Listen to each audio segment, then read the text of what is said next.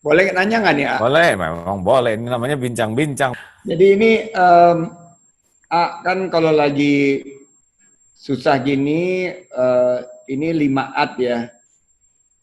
Tekad yang kuat dan bulat. Itu insya Allah para pengusaha juga, ya kita eksekutif profesional juga bisa. Tapi ke Allah tekad buat bulatnya tuh ke Allahnya. Ya, kita tekad kuat dan bulat. Perbanyak tobat, yaitu bagus. Jauhi maksiat juga. Dan tingkatkan taat, itu yang keempat. Dan kelima ini tebar manfaat. Memang ini menurut saya luar biasa kalau bisa kita terapkan. Namun kadang-kadang kan kita ini juga suka turun optimisme kita, suka turun.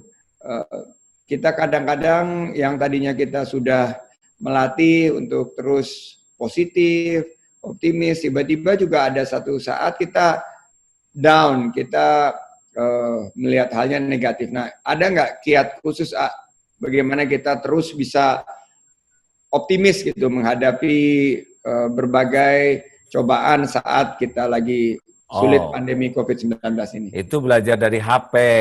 HP juga kalau sudah lowbat diapain? Di charge. Ah, udah gitu aja, ilmu nama sederhana. Jadi orang itu selalu semangat berbanding lurus dengan tingkat keyakinannya ke Allah. Tingkat keimanannya. Makin yakin ke Allah, oh ini semua milik Allah. Ya enggak? Ribet-ribet amat, kita di rahim ibu aja beres rezekinya. Ya enggak? Iya. 9 bulan nggak ngerti apa-apa, cukup nggak kurang keluar jadi bayi juga beres rezeki kita. Tiba-tiba ada air susu, ibunya nggak ngeluarin air susu, sapi ngeluarin, ya tetap datang. Nah, masalah terbesarnya itu sebetulnya optimisme itu berbanding dengan tingkat yakin tidak ke Allah. Nah, pupuk iman itu ilmu.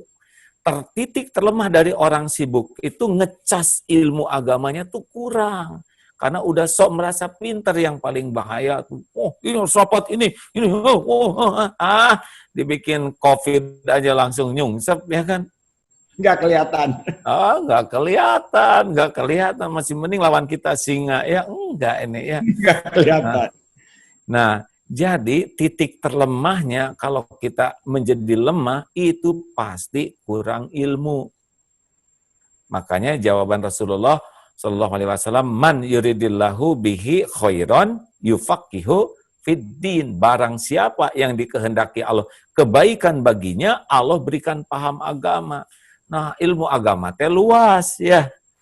Apa intinya? Itu dia ilmu tauhid, ilmu mengenal nama dan sifat Allah. Dari sana kita akan ajak. Nah, banyak yang sholat, pengusaha juga ya, tapi tetap stres karena nggak dicas tuh ilmunya. Jarang. Dan kalau belajar agamanya juga tidak serius. Harusnya belajar tauhid dulu.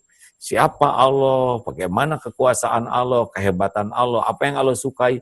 Allah, kalau udah kenal ke Allah, udah tahu itu solusinya. Jadi kalau orang yang yakin ke Allah, kan tadi Mas Andi aja cerita, segitu aja ya, dengan ilmu kita segitu, udah bisa mengatasi beratnya kepanikan, beratnya kehilangan dunia, dan sebagainya. Apalagi yang yakin. Udah ajeg aja. Ngerti. Kan seperti musibah, gini dalilnya. Surat At-Taghabun ayat 11. Ma asobba min musibatin illa biiznillah. Wa may yu'min billah yahdi qalbah. Tak ada satupun musibah yang menimpa kecuali dengan izin Allah. Dan barang siapa yang yakin ke Allah, yahdi qalbah. Allah akan memberikan petunjuk ke hatinya. Jadi ngerti ya kan? Nah, itulah pentingnya. Makanya perusahaan teh tidak cukup hanya ngitung uang, harus ngitung dosa ya.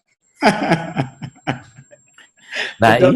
iya, itu kan beratnya jadi pengusaha tuh, suka lupa. Yang di Ayo, saya lagi yang nanya, orang tua gimana? Orang tua sehat? sehat, Jadi minggu depan Ibunda insya Allah Allah berikan umur panjang, beliau milad yang ke-79. 79, Terus Masya Allah. terus ayah sudah 84 tahun ini. Masya Allah. Alhamdulillah. Dua-duanya sehat dan dua-duanya sekarang rajin posting di WhatsApp dan lihat YouTube sama mulai Zoom.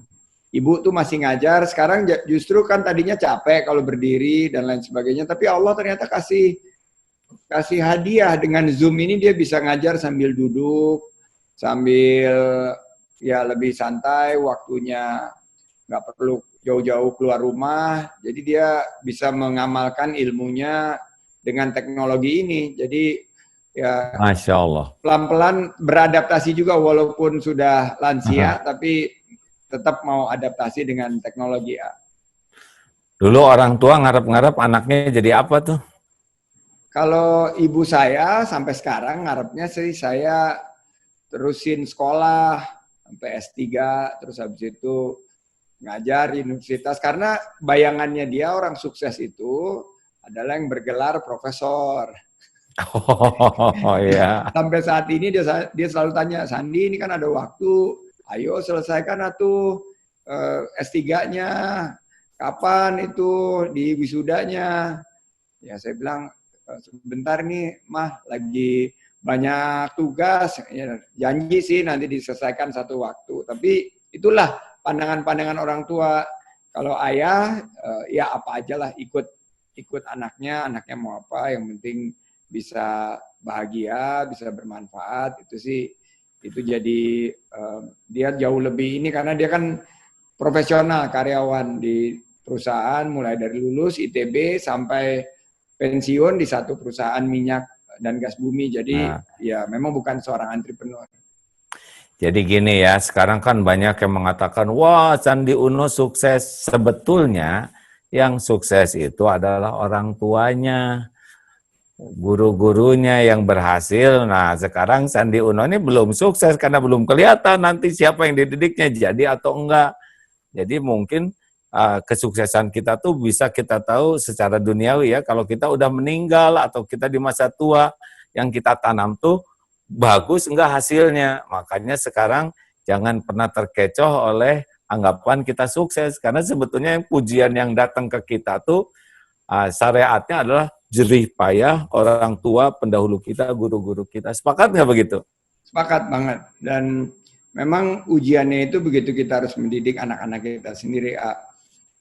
Dan ya apalagi di masa sekarang ya, masa milenial ini penuh dengan begitu banyak informasi dan teknologi dan juga jarak ya, karena saya sama anak saya yang dua sangat ya jaraknya sangat jauh gitu, karena satu masih sekolah di mana, di luar negeri, di Amerika apa?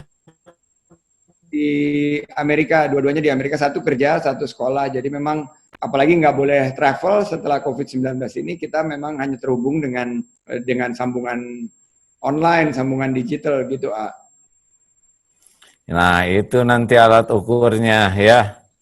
Jadi nggak boleh kita menikmati pujian orang karena kita belum keluar nih kemampuan kita mendidik, mengurus dengan baik. Nah, saya juga ngomong ini sambil kalau lututnya nyorocot, dia nggak, alah saya gimana ini. Baik. Nanti kalau anak pengennya jadi apa tuh?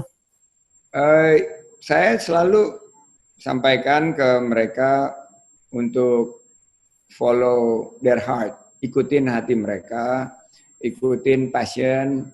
Yang pertama kelihatannya di bidang pendidikan, sekarang lagi kerja di perusahaan pendidikan yang fokus di pendidikan bioteknologi. Kalau yang kedua masih menyelesaikan di semester atau tahun terakhir, belajar tentang melukis art, belajar tentang seni. Dia itu yang memang menjadi passionnya dia. Jadi ya dia ingin juga membaktikan dirinya ke dunia seni. Tapi ya anak-anak sekarang kan punya satu keinginan yang kuat ya, dan sistem ekonominya itu udah jauh sekali berubah dibanding waktu zaman saya. Jadi ya ini yang kita terus berdoa.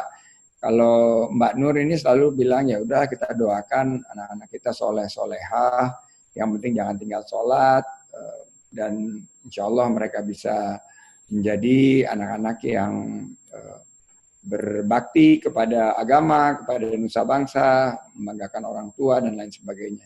Itu sih doa kita terus. Memang cuma 2 anaknya? 3. Ada satu lagi di sini yang Kan ada bonus kan? bonus. Ini umur 8, Sulaiman. Sulaiman ini sekarang home learning. Jadi wah dia sekarang lagi tingkat kebosanannya luar biasa karena ada di dalam rumah terus selama hampir minggu ke-10 kalau dia di rumah terus. Tapi saya ya ini adalah bagian daripada new normal yang baru kan, bahwa orang tua tadinya saya nggak pernah harus bisa ngajarin Sulaiman sekolah. Sekarang saya harus nemenin dia paling tidak di sesi-sesi pertamanya dan menguji pas setelah sesinya berakhir ini dan mulai terlibat. Jadi COVID ini juga akhirnya mengubah dari segi perilaku saya yang biasanya hanya nganterin sekolah. Sekarang saya tahu tugas-tugasnya dia seperti apa dan harus bantu untuk memberikan pendidikan yang tadinya selama ini hanya diajarkan oleh gurunya. Guru-guru sekolah. Iya. Terima kasih Mas Andi, semoga diberikan usia yang panjang penuh berkah. Amin. Keluarganya sakinah, terutama anak-anaknya soleh dan solehah. Amin. Juga diberikan kesempatan hidup penuh manfaat. Amin. Sampai akhir hayat husnul khotimah. Amin. Dan dilindungi dari segala bala, fitnah, wal musibah. Amin. Serta dijadikan oleh Allah menjadi orang yang dijadikan jalan maslahat bagi sebanyak-banyaknya hamba Allah. Dan diistiqomahkan. Amin ya rabbal alamin. Terima kasih Mas Andi. Ya, ini doa di bulan Ramadan di hari yang penuh berkah. Sekali lagi terima kasih dan mohon maaf serta semoga kita diperkirakan jumpa lagi. Kalau tidak di dunia ini, mudah-mudahan kita dipertemukan di sorga. Amin. Mohon Assalamualaikum warahmatullahi wabarakatuh. Barakallahu fiik. Assalamualaikum warahmatullahi wabarakatuh. Hatur nuhun pisan. Ya, demikian para pemirsa yang budiman, semoga bincang-bincang di bulan Ramadan ini ada hikmah dan manfaatnya. Mohon maaf, kita tutup dengan doa akhir majlis. Subhanakallahumma wa bihamdika asyhadu alla ilaha illa anta astaghfiruka wa atubu ilaik. Assalamualaikum warahmatullahi wabarakatuh.